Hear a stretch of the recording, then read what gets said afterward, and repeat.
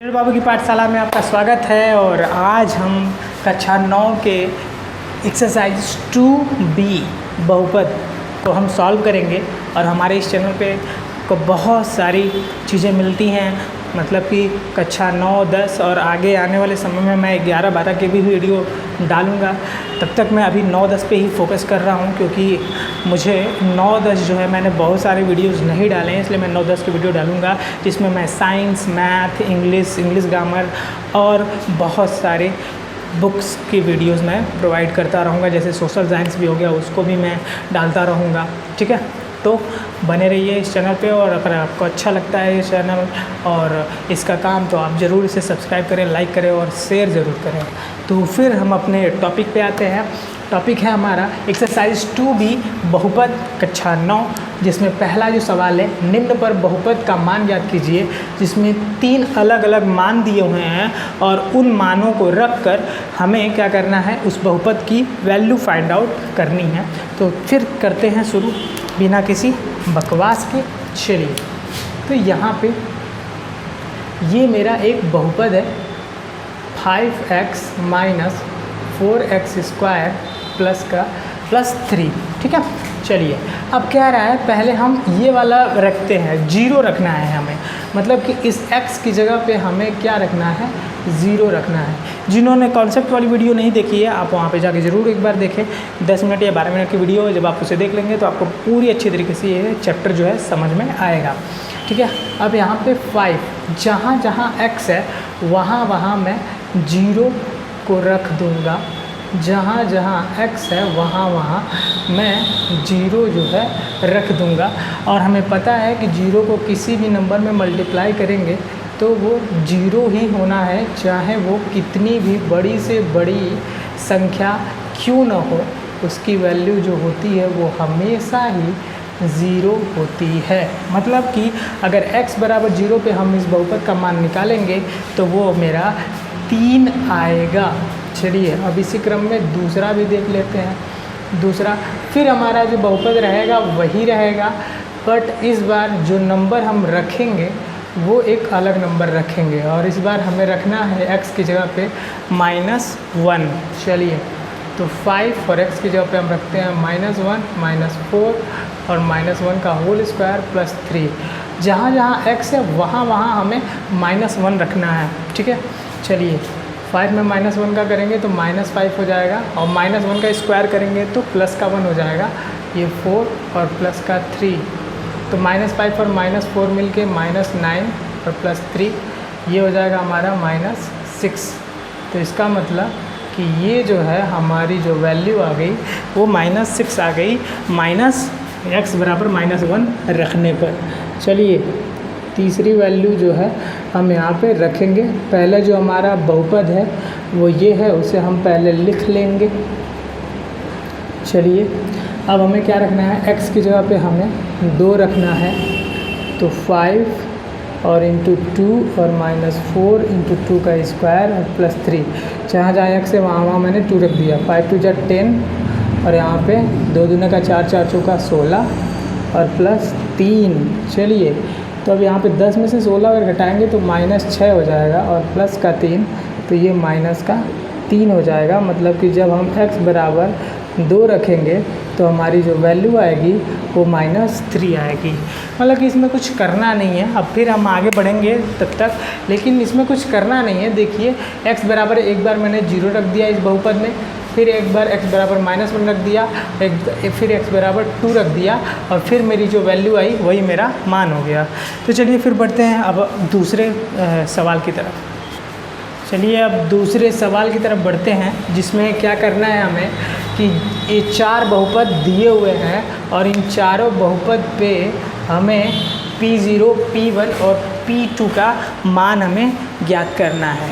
देखिए जो पिछला सवाल किया था वैसे ही है इसमें भी, मतलब कि एक बार हम y इस वाले बहुपद में y की जगह पे 0 रखेंगे, फिर एक बार 1 रखेंगे, फिर एक बार 2 रखेंगे, और जो जो मान आएगा वही हमारा एग्जैक्ट आंसर होगा। ठीक है, चलिए तो यहाँ पे हम देखते हैं सॉल्यूशन। तो पहली बार हमें क्या करना है कि हमें P0 निकालना है। तो ज़ीरो का मतलब ये हो गया कि y जहाँ जहाँ है वहाँ वहाँ जीरो रखेंगे। तो y की जगह पे 0 का स्क्वायर माइनस 0 और प्लस 1। तो ये 0 और 0 0 और अकेले क्या बचेगा 1। मतलब कि P0 की जो वैल्यू निकल के आ गई वो मेरी आ गई, कितनी आ गई मेरी P0 की वैल्यू 1 आ गई। चलिए अब मुझे P1 रखना है, इसी जो है बहुपद में मुझे P1 रखना है। तो y की जगह पे 1 का स्क्वायर, फिर y की जगह पे 1 और प्लस 1, माइनस 1 प्लस 1 कैंसिल हो जाएगा, 1 का स्क्वायर क्या होगा 1। तो P1 पे भी जो वैल्यू आ गई मेरी वो आ गई मेरी 1। चलिए फिर P2 पे वैल्यू रखनी है। अब 2 रखेंगे y की जगह पे, तो 2 का स्क्वायर माइनस का 2 और प्लस 1। तो 2 का स्क्वायर 4 और 2 में से 1 गया तो 1, तो 4 1 3 हो जाएगा। मतलब कि P2 जो होगी वो क्या हो जाएगा मेरा 3 हो जाएगा। तो मैंने पहले बहुपद के लिए P0, P1, P2 का मान मैंने निकाल लिया है। चलिए अब दूसरे के लिए निकालने की कोशिश करते हैं। यहाँ पे PT है तो सबसे पहले P0 निकालना है। तो 2 और प्लस t की जगह पे 0, फिर 2, फिर t की जगह पे 0 का स्क्वायर, फिर माइनस 0 का क्यूब, 0 0 0। तो ये टोटल जो है वो 0 हो जाएगा, बचेगा क्या यहाँ पे 2। तो P0 बराबर क्या हो गया मेरा 2 हो गया। अब अगला जो वैल्यू निकालना है वो P1 निकालना है। तो जहाँ जहाँ t है ना वहाँ वहाँ 1 रख दो, सीधा बात है। 2 प्लस 1 प्लस 2, 1 का स्क्वायर माइनस 1 का क्यूब। तो 2 और 1 3 प्लस 1 का स्क्वायर 1 और 2 1 जा 2, माइनस 1 का 1 हो जाएगा। 3 2 5 और 3 2 5, 5 में से गया 4। तो P1 कितना आ गया मेरा 4 आ गया। एक और चीज़ मुझे निकालना है, वो क्या निकालना है P2 निकालना है। चलिए P2 निकालते हैं। फिर यहाँ पे 2 और प्लस t की जगह क्या रख देंगे 2, फिर t की जगह क्या रख देंगे 2 का स्क्वायर और माइनस 2 का क्यूब। ठीक है। चलिए फिर ये 2 2 कितना हो जाएगा 4, और यहाँ पे 2 दूना 4 और 4 दूना 8 और माइनस 2 दूना 4 दूना 8, मतलब कि 2 का क्यूब होगा तो 3 बार लिखेंगे ना, 2 दूना 4 दूना 8, 8 से 8 कैंसल आउट हो जाएगा। ठीक है। तो मेरा जो P2 का मान आ जाएगा वो कितना आ जाएगा 4 आ जाएगा।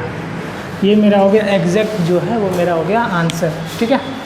चलिए बाकी ये कर लेते हैं, इसको भी देख लेते हैं। देखो एक बार P0 का मान निकालेंगे तो 0 का क्यूब क्या हो जाएगा 0, P0 निकल गया। एक बार P1 निकालेंगे तो 1 का क्यूब क्या हो जाएगा P1 बराबर 1। कितना आसान है, कितना आसान है। P2 फिर यहाँ पे x की जगह पे 2 रखना है, 2 का क्यूब। तो मतलब मैं इसी बहुपद में रख रहा हूँ, कोई कंफ्यूज मत होना। इसी बहुपद में एक बार 0 रखना है, फिर x की जगह पे एक बार 1 रखना है, फिर x की जगह पे एक बार 2 रखना है। तो ये P2 बराबर क्या हो गया मेरा 8 हो गया। ठीक है। अब लास्ट क्वेश्चन देख लो, इधर है। अब ये देखो एक तरीके से a माइनस बी और ब्रैकेट में a प्लस बी। ठीक है। हम लोगों ने बहुपद वाले घात वाले में पढ़ा था, आगे भी पढ़ेंगे जब गुणनखंड करेंगे।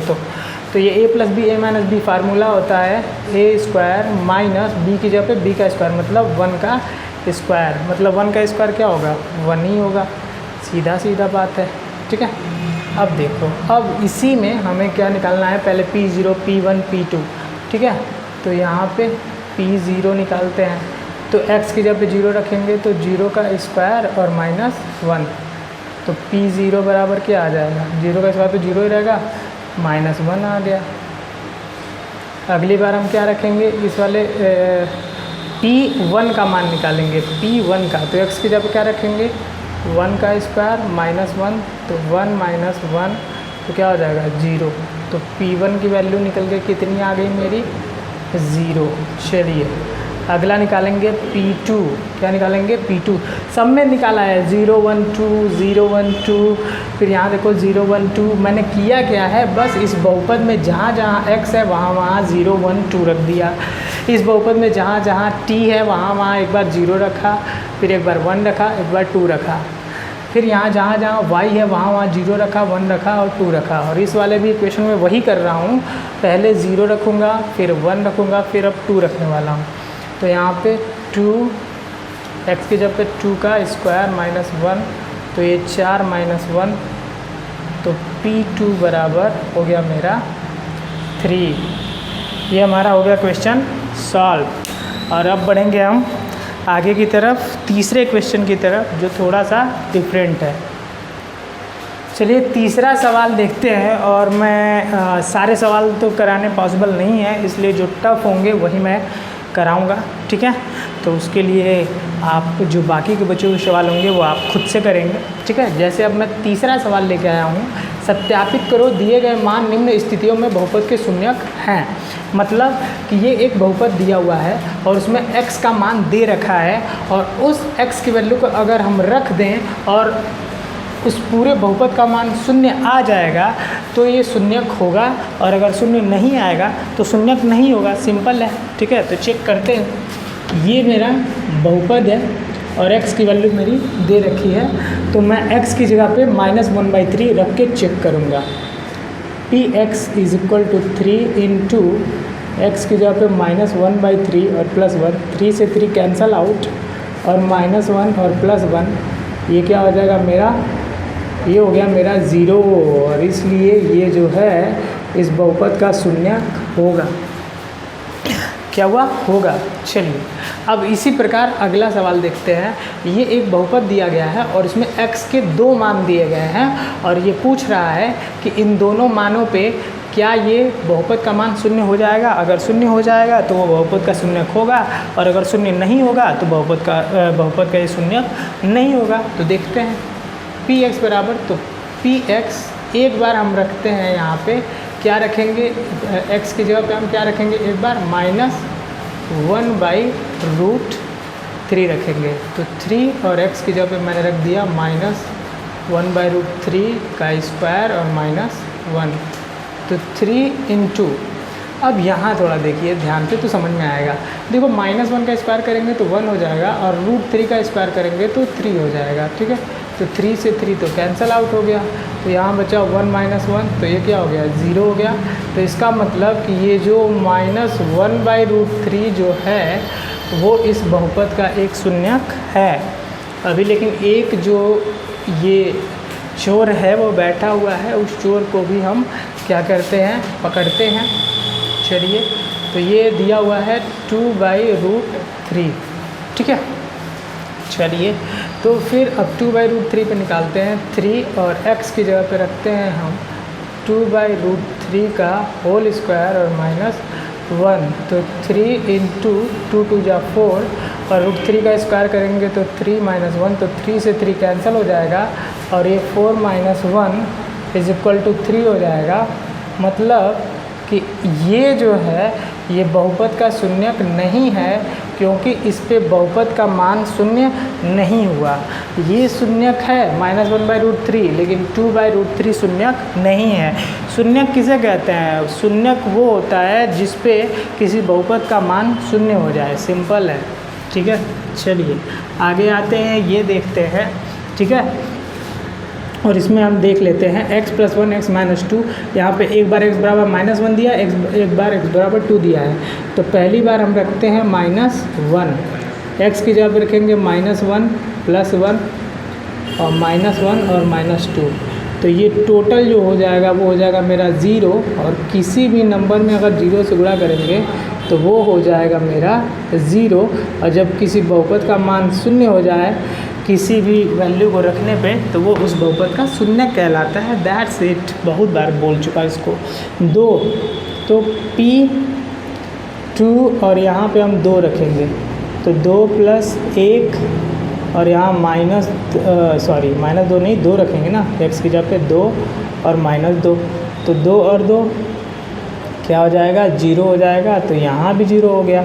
और जब भी किसी वैल्यू पे अगर किसी बहुपद का मान शून्य हो जाता है तो उसे हम उस बहुपद का शून्यक कहते हैं। That's it. और फिर अब आगे बढ़ते हैं, 2 और सवाल हैं, उनको करके बढ़ते हैं। फिर इस अभ्यास में तीसरे क्वेश्चन में दो जो मुझे टफ लगा मैंने उसे ले लिया है, बाकी आप खुद से कर लेना।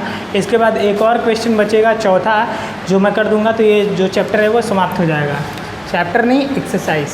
चलिए, तो ये बहुपद दिया हुआ है और x की वैल्यू जो है -m/l दे गई है, और हमें पता करना है कि क्या ये जो वैल्यू है वो इस बहुपद का शून्यक साबित होगा या नहीं होगा। तो हम लिख लेते हैं पहले बहुपद को, px = lx + m और l और x, और हम क्या करेंगे x की जगह पे -m/l जो है रख देंगे। तो यहाँ पे x की जगह पे मैंने रख दिया है, ये मेरा x है, तो x की जगह पे -m/l रख दिया। l से l कैंसल आउट हो जाएगा, -m और +m जब घटाएंगे तो 0 हो जाएगा। इसका मतलब ये हुआ कि ये जो वैल्यू है वो इस बहुपद का शून्यक होगा। चलिए ये देखते हैं, 5x - पाई, x की जगह पे हम क्या रखेंगे, 4/5 रखेंगे और -पाई रखेंगे। पाई की वैल्यू 22/7 होती है, चाहे तो आप रख लें। अब ये 5 से 5 कट जाएगा और 4 - 22/7 हो जाएगा। ये 7 × 28 - 22/7, ये हो गया मेरा 6/7। मतलब कि अगर हम इस बहुपद में 4/5 रखेंगे तो ये बहुपद का शून्यक नहीं होगा। यही हमें पता करना था। जब जब बहुपद का मान शून्य हो जाएगा तो वो बहुपद का शून्यक कहलाएगा वो मान, और नहीं होगा तो बहुपद का शून्यक नहीं होगा। और इस अभ्यास के अंतिम क्वेश्चन की तरफ बढ़ते हैं। फिर अगला बहुत ही महत्वपूर्ण क्वेश्चन है और ये लास्ट क्वेश्चन है जिसे हम सॉल्व करेंगे इस एक्सरसाइज के। तो ये px = cx + d और इस बहुपद का मुझे शून्यक ज्ञात करना है। और अगर मुझे शून्यक ज्ञात करना है तो इसका मतलब ये हुआ कि ये जो px जो होगा वो 0 के बराबर होगा, इसलिए मैं यहाँ पे 0 लिख दूँगा और cx + d हो जाएगा। और फिर इस d को जब मैं उधर करूँगा तो ये -d, और x बराबर c जब उधर जाएगा तो -d/c हो जाएगा। और यही जो वैल्यू होगी वो मेरे बहुपद की शून्यक कहलाएगी। ठीक है, चलिए अब अगला देखते हैं। px = x + 5, तो अगर मुझे बहुपद का शून्यक निकालना है तो px को 0 के बराबर मानना होगा और x + 5 को उठा के फेंकिए उधर तो वो -5 हो जाएगा। और यही जो वैल्यू है वो उस बहुपद का शून्यक कहलाएगा। चलिए आगे बढ़ते हैं, 2 और क्वेश्चन करेंगे। और ये अभ्यास का जो है ये लास्ट पार्ट है इस अभ्यास का, और क्वेश्चन भी जो है 3 क्वेश्चन मैंने ले रखे हैं और इनको हम करके इस अभ्यास को करेंगे ख़त्म। और फिर अगली जो वीडियो आएगी वो एक्सरसाइज 2C धर्मेंद्र बिश्नोई का ये सवाल होगा। तो करते हैं सवाल को। और हमें इस सवाल में करना क्या है, हमें इस सवाल में बहुपद का शून्यक ज्ञात करना है। शून्यक जब हम ज्ञात करते हैं तो px को हम 0 के बराबर मान लेते हैं। अब px की जगह पे 0 रख देंगे, 2x + 5। अब यहाँ पे 5 को उठा के फेंकिए तो -5 = 2x, तो x बराबर -5/2 हो जाएगा। और यही जो होगा वो हमारे बहुपद का शून्यक कहलाएगा। सेम प्रोसेस इसमें भी वही करेंगे। px बराबर 0 मान लेंगे तो ये 0 बराबर 3x - 2 उधर जाएगा तो प्लस का हो जाएगा 3x, तो x बराबर 2 और ये गुणा का उधर जाएगा तो भाग का, तो x बराबर 2/3। ये हमारा हो जाएगा बहुपद का शून्यक।